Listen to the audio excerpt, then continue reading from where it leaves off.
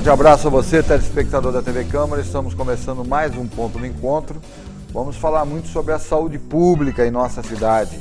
Para isso eu tenho o vereador Beto Canguçu, doutor Franco e professor Franco.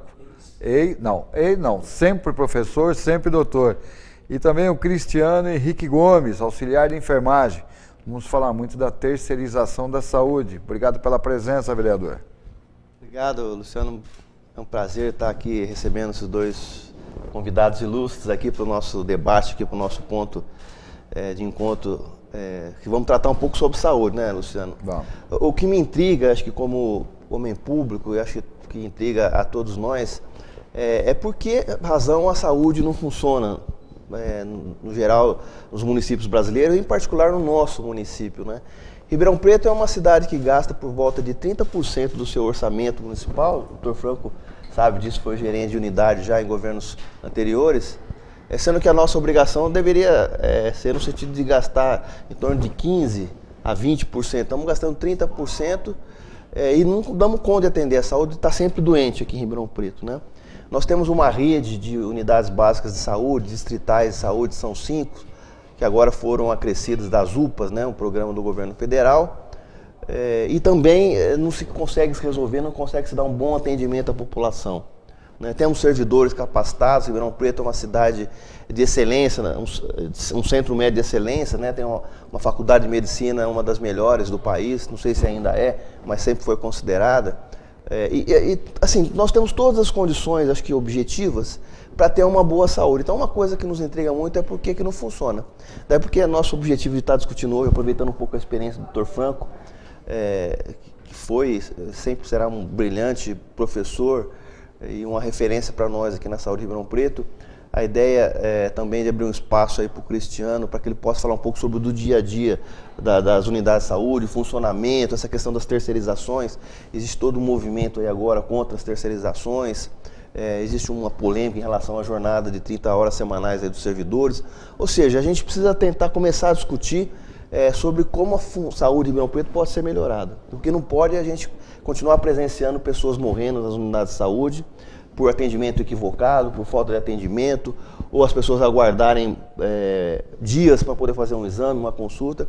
Então vamos conversar um pouco sobre isso, aproveitando a oportunidade de debater aqui com pessoas que estão ligadas à área da saúde. Doutor Franco, obrigado pela sua presença. Qual é o maior problema, dentro da sua visão, da sua experiência, que vem acontecendo com a saúde pública em Ribeirão Preto? A minha opinião, eu queria justificar. Eu estou aposentado desde 2004 e o tempo corre, certo? Atualmente eu volto ao Hospital das Clínicas, que foi meu lugar de trabalho, quase ninguém me conhece lá. Eu tenho que ir com o meu crachá para abrir as portas. Então, às vezes o que eu acho que deve ser e tal, já não é mais. Então, com as devidas ressalvas aí, nós vamos participar desse debate aqui. Qualquer setor de atividade humana precisa de organização. O empresariado é exímio nesse setor, nessa atitude. A saúde pública, a gestão pública em qualquer área, econômica, social, da saúde, da segurança pública, precisa ter organização, ter um projeto e execução, né? Em vez de pender para entender essa organização como burocratização e complexidade, precisa ter em mente a simplificação desse planejamento. E uma coisa fundamental aí é a adesão dos profissionais a essa tarefa. Adesão. Por exemplo, tem aqui o colega que é auxiliar de enfermagem do serviço de saúde, certo? Ele precisa ter nítida noção do que cabe a ele fazer e vestir a camisa e fazer, certo?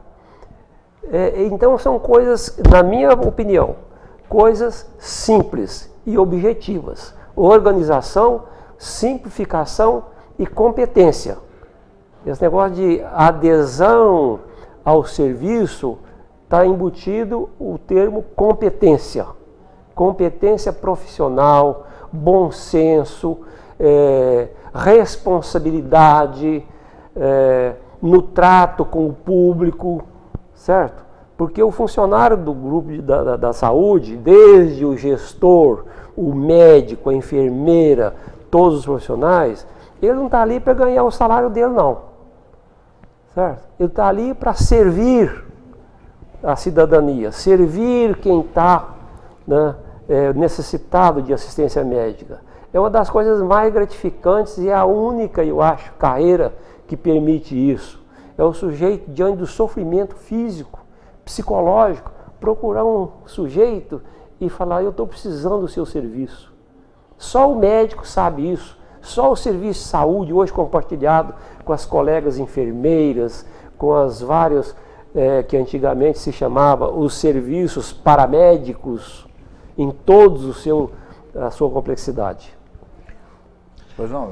Eu queria aproveitar, é importante isso que o Dr. Franco coloca, eu acho que esse comprometimento, né, do médico, do servidor, nessa visão humanizada da saúde, do atendimento da população. Eu queria até perguntar para o Dr. Franco, um pouco da experiência dele do professor.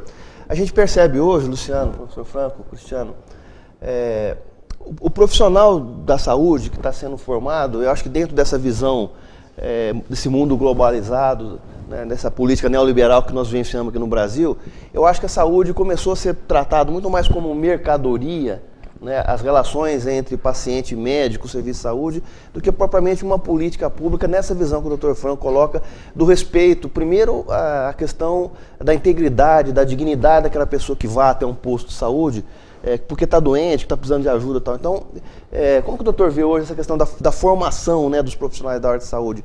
A gente percebe hoje, com essa questão da globalização, cada vez mais nós perdemos aquele médico antigo, né, da saúde da família, aquele médico com uma visão mais global do ser humano, aquele médico que olha o paciente como um todo, né? Hoje nós temos essa questão das especialidades, então é médico para isso, médico para aquilo, o médico olha uma coisa e não vê outra, tudo depende de exame que está cada vez mais caro, cada vez mais difícil. Então a gente percebe muitas vezes também que falta um pouco essa formação médica hoje. Como é que o professor avalia, como é que está essa questão? Olha, Beto, a minha vida foi trabalhar dentro de um projeto de saúde, de formação médica, né?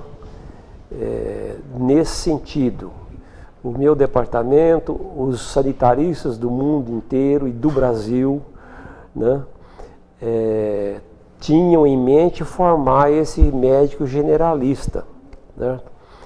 Agora, a parte clínica do ensino médico cedeu a essa necessidade de compartimentalização do corpo humano e das doenças e da prática médica, né?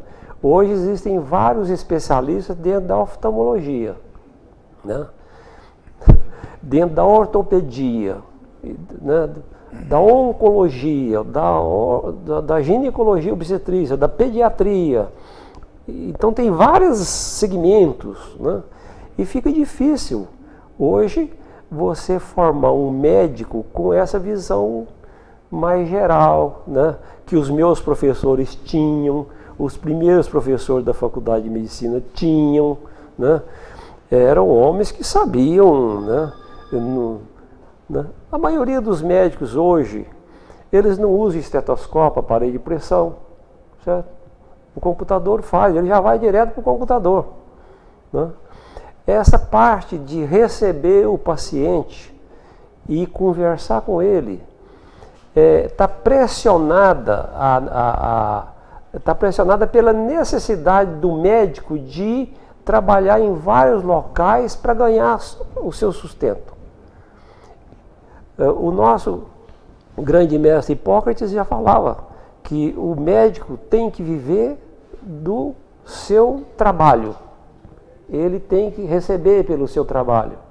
E falar uma coisa muito mais interessante, que os mestres da medicina, ao serem cuidados pelos seus alunos, deveriam ser cuidados de graça, né? Então vem o problema da ética médica, fundamentada nesse princípio, né? Então a ética médica, né?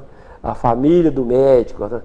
Mas esse é um detalhe importante, secundário, aliás. Então o que precisa, eu acho que não tem mais reversão, esse negócio de formação de médico generalista, sabe? Eu uso dizer lá no meu departamento, ainda ontem tivemos lá no bate-papo de amigos, que nós perdemos o discurso, né? Esses professores que queriam formar um médico generalista com uma visão total do corpo humano, da psique humana e tal, nós aderimos a isso. Agora, surtiram efeitos muito interessantes dessa postura, desse movimento dito aqui no Brasil de movimento sanitarista, que foi expandido para a América Latina inteira, né? Tem a ALAESP, Associação Latino-Americana de Saúde Pública e Pesquisa, né? Que o meu departamento foi presidente dessa companhia. Tem a Abrasco, Associação Brasileira de Saúde Coletiva no Brasil, né? E disso surgiram esses militantes na década de 70, que era uma discussão intelectual do mais alto nível dentro da academia, certo? Dentro da academia. Vários e quase todos esses professores, eles foram cooptados pelos governos, desde o município, estado até o federal, para ser assessores dos vereadores, dos deputados, dos prefeitos, dos governadores, dos ministros. E aí surgiu a ideia de conceber uma política pública de saúde. O movimento sanitarista desagou nisso. O Aroca era deputado, foi assessor de ministro. O doutor Carvalheiro aqui no departamento assessorou tudo quanto é gente aí, né? O Jarbas, meu colega de departamento, o professor Juan foi secretário de saúde aqui. Isso para falar aqui em Ribeirão Preto. E na Secretaria de Estado da Saúde, nos institutos de saúde que se criaram a respeito depois desse movimento. Então foi um movimento da mais alta importância intelectual e de resultado prático. E daí surgiu o SUS. O SUS é um modelo único, quase que no mundo, baseado um pouco no que tinha na Inglaterra, o Serviço Nacional de Assistência Médica da Inglaterra. Certo? Eu morei na Inglaterra há 35 anos atrás, com a minha família pequena, e nós tínhamos o nosso posto de saúde. Naquela época, não sei se ainda é assim, chegávamos no aeroporto, eles te davam um cartão, onde é que você vai hospedar, onde é que você vai morar, né? E eles falavam, ó, dia tal você tem que ir na polícia do bairro, e da polícia do bairro, no centro de saúde do bairro, para você se cadastrar no Serviço Nacional de Assistência Médica da Inglaterra. Então, isso é um trabalho interessante. Mas só que hoje, doutor, nós temos um problema claro aqui na nossa cidade. E o Cristiano está aqui justamente para nos colocar esse tipo de problema. Nós estamos com o problema da terceirização da saúde, vem implantada pelo atual governo. E tem o problema também das 30 horas. Você é um auxiliar de enfermagem, você trabalha, está ali no dia a dia. Qual que o que vocês mais sentem e o que vocês acham dessa terceirização? Obrigado pela presença, Cristiano. Por nada, bom dia a todos. Em relação a esse assunto que está tendo muita polêmica, eu, como um dos integrantes e representantes do quadro de auxiliar de enfermagem aqui do município de Ribeirão Preto, gostaríamos de dizer que essa situação da terceirização, nós como servidores, nós estamos sendo pressionados pelo governo, né? Porque nós reivindicamos que essa lei ela entrasse em vigor e fosse cumprida, porque isso não é coisa que nós inventamos e nem que nós fizemos algum pacto com a prefeitura. O que aconteceu e o que ocorreu é o seguinte, a prefeita, a Darcy Vera, ela usou esse termo, né, de concessão, de conceder esse benefício como plano de carreira na sua eleição e posteriormente também. O que nós sentimos no dia a dia, que é nós que estamos de frente ao paciente, em relação a isso daí, o que acontece? Ela prometeu plano de carreira para o servidor público, não foi cumprido. Ela prometeu para nós também a isonomia de todos os servidores, de todos os cargos que nós ocupamos as nossas funções, e isso não foi cumprido. Quando nós fomos pressionar o governo de forma amigável, em nenhum momento nós fomos ouvidos, né? Aí procuramos o sindicato, que posteriormente sentou junto conosco, mas nós só conseguimos ser ouvidos depois que nós falamos que nós íamos parar em movimento de greve. E o secretário de Saúde, o Dr. Stênio Miranda, ele chegou até inclusive da entrevista que isso não iria para frente, que não seria possível, e posteriormente ele deu outra entrevista dizendo inclusive que a categoria estava amadurecendo, né? Mas como ele viu que a situação estava se agravando a cada dia, que nós estávamos procurando apoio aos políticos do nosso município, aí a situação começou a ficar mais difícil em relação a isso daí. Agora, a prefeitura, ela pegou aí, fez uma parceria junto com o Hospital Santa Lídia, e até o ponto que nós temos conhecimento, já foram contratados mais de 120 profissionais para substituir a nossa mão de obra, que são os nossos conhecimentos, que nós atendemos a população da rede, do nosso município aqui, que somos nós que ficamos cara a cara com o paciente no dia a dia. Isso tem causado muito transtorno para nós, viu, Beto? Para nós, para a população, porque somos nós que estamos de frente com a população, com o paciente, com os acompanhantes, somos nós que temos as dificuldades de olhar no fundo do olho do paciente e para saber de fato o que é que está acontecendo, né? Agora, cada um na sua especialidade, cada um na sua formação acadêmica. Então, assim, do modo geral, todo mundo que está na rede, todos os profissionais, nós somos capacitados através de estudo, através de academias, através de curso de capacitação e de profissionalização, né? O que nos deixa muito intrigado, por exemplo, é que tem servidor na rede que já faz 34 anos e meio que está trabalhando em um determinado local, né? Nós temos a consciência que nós fomos contratados pelo município através de concurso público, do processo seletivo, que o nosso estatuto ele é muito diferente do processo seletista, né? São 3 anos que nós ficamos no estágio probatório, que é o prazo de experiência. Após esse período é feita a efetivação. Agora aí nós ficamos no ar, né? Paira uma pergunta no ar. Que tipo de estabilidade que o servidor público tem, né? Porque nós pressionamos o governo municipal sobre a aderência das 30 horas, que foi um plano que a prefeitura, na sua campanha eleitoral, prometeu para o servidor e não cumpriu. Agora, o que está acontecendo é que nós fomos pressionados, está havendo sim uma pressão política por parte do governo, né? Qual governo? Do governo municipal, da prefeitura, entendeu? Da esfera administrativa aqui de Ribeirão Preto.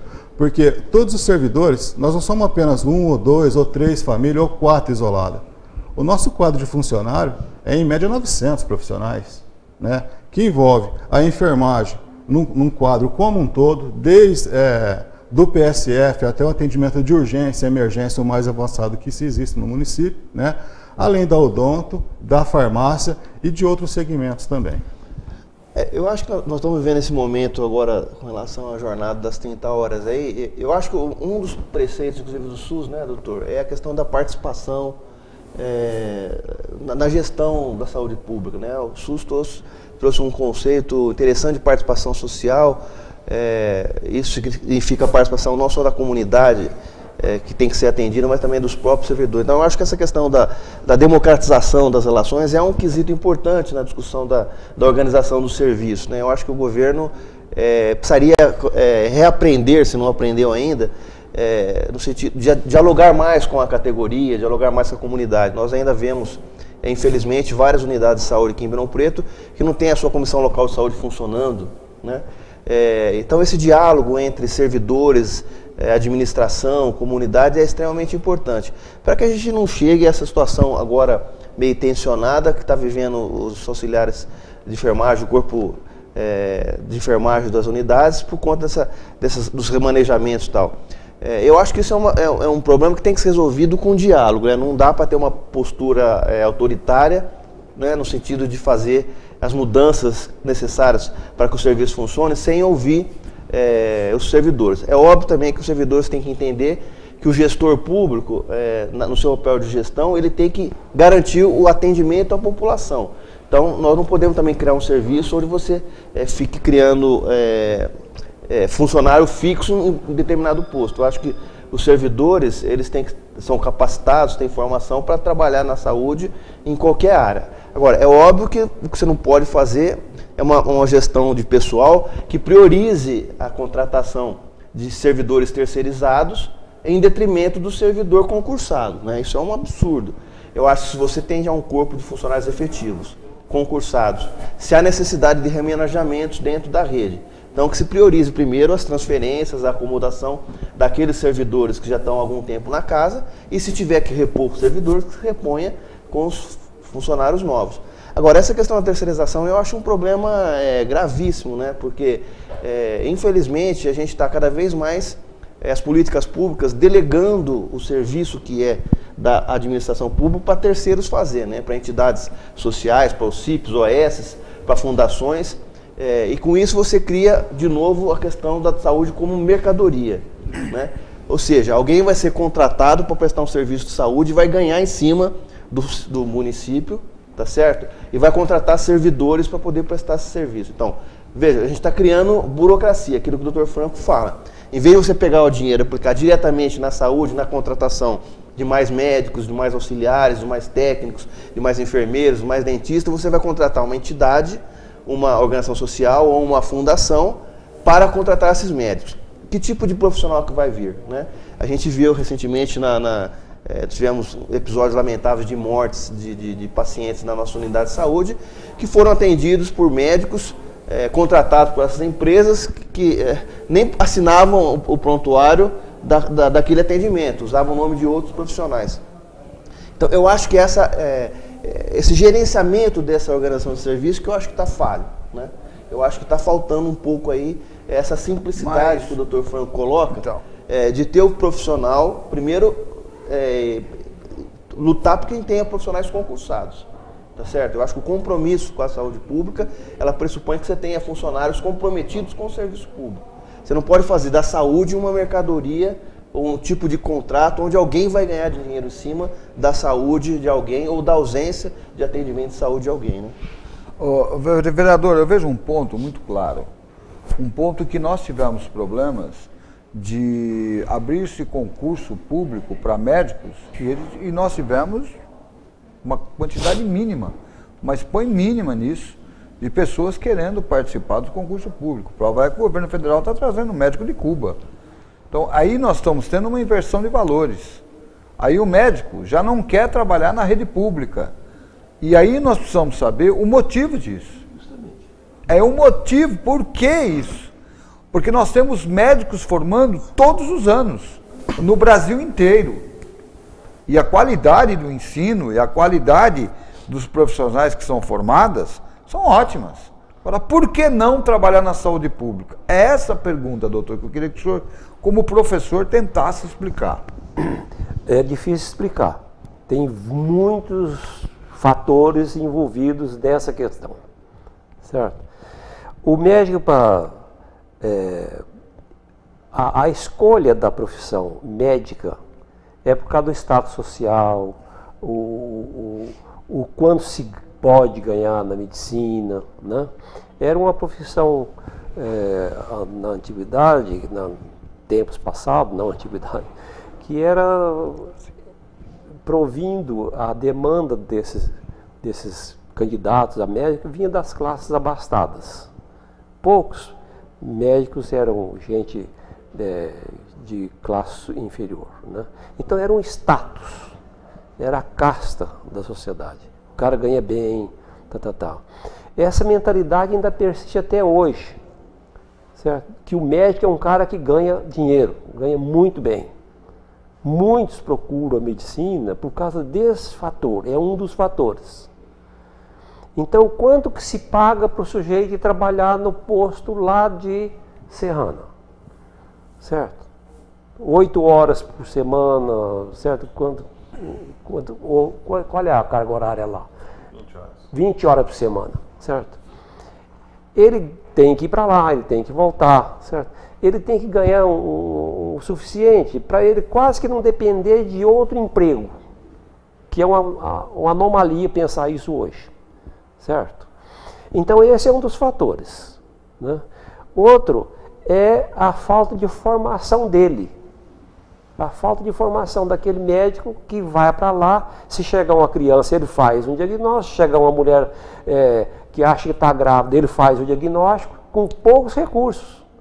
Esses médicos que estão vindo de fora, eles trabalham com o mínimo de recursos, eles foram treinados para fazer isso, com o mínimo de recurso.